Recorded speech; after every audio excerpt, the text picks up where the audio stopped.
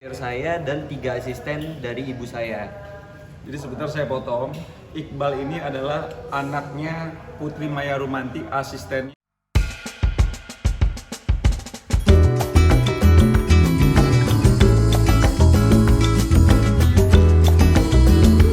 Oke, rekan-rekan media, terima kasih. Jadi hari ini kita baru selesai, mungkin sekitar hampir 5 jam kita diskusi gelar perkara di atas. Alhamdulillah kasus Iqbal ini ditangani langsung sama Kanit Jatanras ya, dalam dugaan tindak pidana pengeroyokan yang dilakukan oleh oknum yang mengaku dia adalah anak jenderal bintang 2 dan yang satunya lagi anak wali kota. Ya, jadi mereka melakukan pengeroyokan secara bersama-sama. Mukanya juga bibirnya masih agak bonyok. Terus tulang rusuk kiri juga ada cedera, ya kan? Ada pembengkakan di jantung. Jadi ini luar biasa ya. Perilaku seperti ini yang dilakukan oleh oknum tadi yang mengaku anak jenderal bintang 2 ini udah parah banget. Ini manusia apa bukan, kita nggak ngerti ini. Ini udah kayak Mario Dendi jilid 2 nih.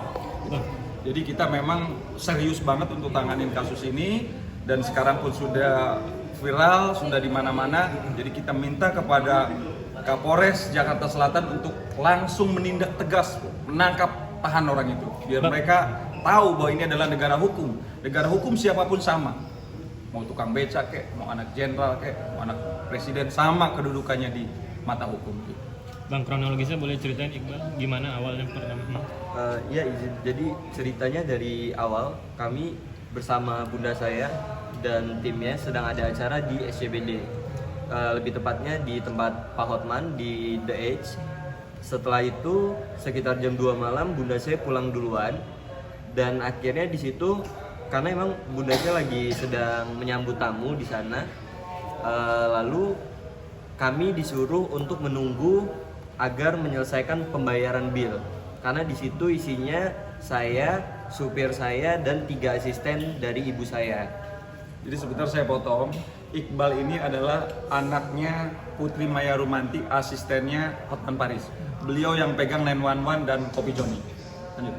Ya, setelah itu sekitar jam 3 kami kembali karena kami stay di Arion Kemang. Jadi otomatis dari arah SCBD kami melewati Golden Tiger Kemang. Nah, yang dimana itu jam sudah setengah 4 sesuai dengan video yang saya rekam. Itu di setengah 4 itu lagi sedang bubar. Di situ lagi crowded banget, orang-orang lagi pada mulai keluar. Jadi saat kami berjalan di situ, tiba-tiba mobil kami tersenggol, hanya spionnya. Dan supir saya turun untuk melihat. Karena saya tahu bagaimana supir saya akhirnya bilang ke supir saya untuk abang masuk aja biar saya yang selesaikan. Karena saya berpikir saya sudah melihat orang itu dengan keadaan yang cukup kurang sadar gitu kan. Jadi saya takut kalau supir saya yang turun takut terjadi keributan gitu. Jadi saya turun dan saya sempat ngomong baik-baik. Saya bilang, "Bang, mobil saya hanya lecet sedikit dan mobil abang juga lecet sedikit. Kalau emang mau diselesaikan, mari kita selesaikan." Gitu kan. Saya bilang. Bahkan saya sempat bilang, "Saya minta maaf bang kalau ada salah, lebih baik kita selesaikan di hotel tempat saya menginap. Karena posisinya di sini sudah terlalu ramai. Maaf, di situ banyak sekali semacam bodyguard pakai baju hitam yang kami juga kurang tahu mereka siapa gitu kan. Selain dari guard Tiger Kemang ya. Nah, setelah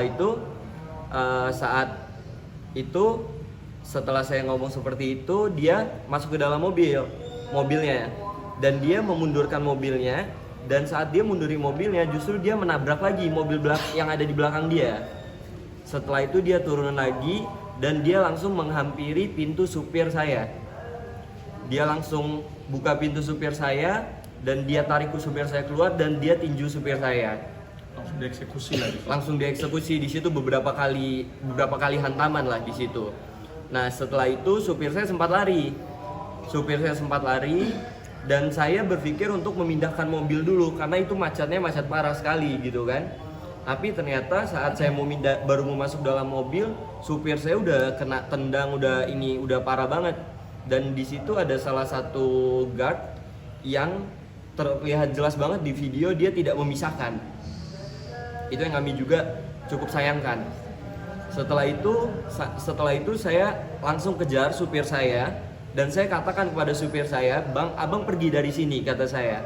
"Biar nanti kita yang selesaikan, kita yang obrolkan." Karena saya di situ berpikir bahwa saya lebih kecil gitu dan mereka besar-besar, apakah mereka tega gitu kan mau pukulin saya gitu kan. Nah, jadi saya suruh supir saya pergi. Nah, setelah itu supir saya pergi dan saya balik lagi ngomong ke orang yang mengaku anak oknum dari Jenderal Bintang 2 itu. Intinya saya kembali lagi ngomong, "Bang, saya minta maaf kalau ternyata ada omongan saya atau supir saya yang salah gitu kan. Nah, mari Bang kita selesaikan aja di Arion Hotel gitu. Hanya 200 meter dari sini Bang." Saya sempat bilang gitu. Tiba-tiba dari belakang saya dipiting, itu pun saya nggak tahu siapa yang meeting, dan saya dibanting. Yang saya ingat hanya saya ditendang di bagian perut sebelah kiri saya.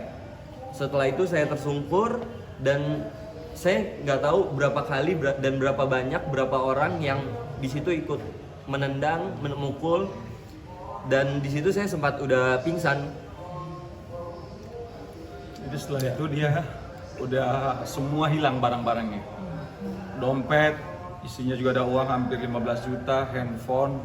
Yang kehilangan dompet dengan uang cash ada sekitar 15 juta dan ada dolar sekitar 15.000 dolar di situ dan juga handphone. Tapi udah ditegesin lagi belum sih selama dari kejadian sampai sekarang itu bener anak dari anggota jenderal Nah, atau kita Lagi dalam. Oke, mungkin Bang Taufik bisa Ya, jelasin. jadi tadi udah lama ya bicara dengan Kanit ya, dan kita sudah mendalami kasus ini. Ya, jadi kita udah lama ya mendalami kasus ini dari Mas Iqbal.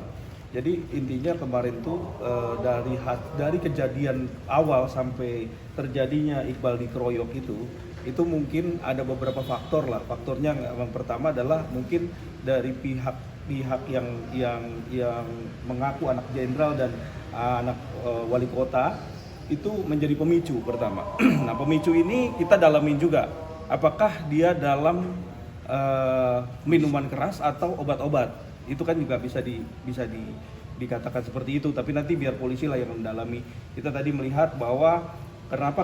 Karena memang adanya indikasi semua tuh sudah lemah seperti ini dihajar, sudah lemah seperti ini dipukulin, bahkan dijarah atau dicuri semua barang-barangnya. Kan ini sungguh tega sekali gitu loh, sungguh kejam.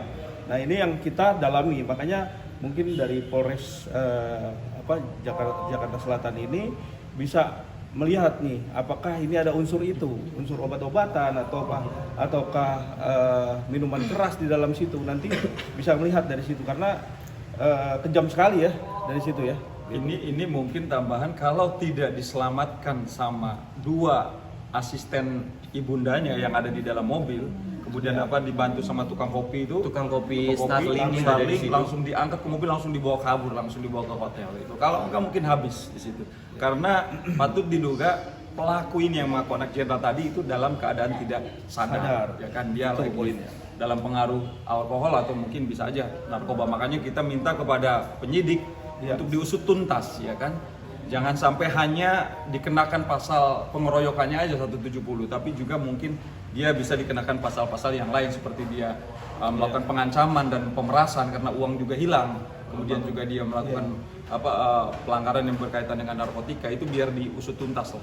berarti untuk pas yang kamu bilang dua orang punya wewenang pegang itu, dia ngomong sendiri sama kamu atau gimana mungkin? Kamu tahu dia punya. Iya, jadi saat dia tarik supir saya untuk turun, itu sebenarnya sempat ada bincang di situ. Dan supir saya juga emang sempat, "Bang, udah," gitu kan. Nah, di situ saya juga bilang sama abang itu, dan saya sempat rangkul abang itu. Dan saya rangkul, "Bang," kata saya, "kita selesaikan baik-baik. Kita tahu kondisi kita bagaimana," gitu kan. Saya tahu kondisi abang sedang bagaimana. Nah, di situ dia bilang, dia sempat tampar saya di situ, dan dia bilang, kamu nggak tahu siapa saya anak Jenderal Bintang 2 kata dia.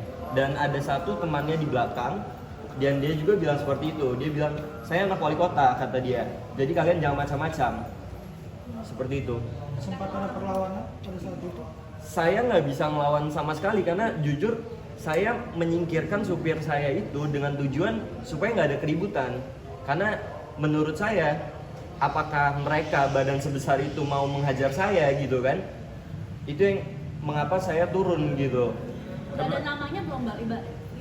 Oke, kita sudah coba profiling ya pelaku pengeroyokan ini.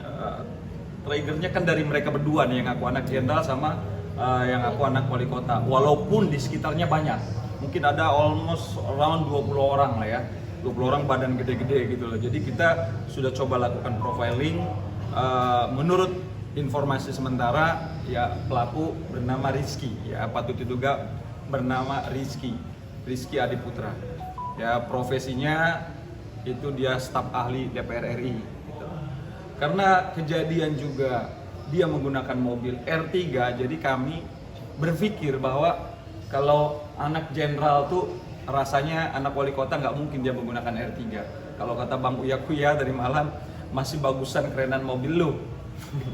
Mobil lu Innova 2019, dia mobil R3. Jadi kita berpikir bahwa orang ini hanya menggunakan label jenderal aja untuk menakut-nakutin orang, ya kan? Untuk mengintimidasi Mas Iqbal dan supirnya. Itu yang saat ini yang mungkin bisa kita sampaikan. Untuk selebihnya, untuk detailnya karena kami sudah serahkan ke polisi, tentunya biarlah Polres Jaksel untuk melakukan tugasnya dengan sebaik mungkin. Harapan kami segera tangkap orang itu karena ini bahaya, meresahkan, apalagi membawa label anak jenderal atau anak wali kota. Tidak pantas lah, ya kan? Harusnya dia kalau memang anak jenderal dia berperilaku jenderal, itu kan orang pintar, ya kan? Bang, maaf, tadi yang namanya Rizky siapa? Rizky Adiputra. Adiputra itu dia yang staf ahli DPR RI atau bapaknya yang staf ahli DPR RI? Dianya. Oh, dia bekerja di staf ahli DPR RI. Terus yang satunya siapa? Kalau untuk orang tuanya belum diketahui apa benar anak jenderal? Ini masih dalam proses penyelidikan dan penyidikan, ya. Masih dalam lidik. Mudah-mudahan dalam waktu dekat ini Kanit Jatandras bisa segera akan menginformasikan kepada kita untuk update terbarunya.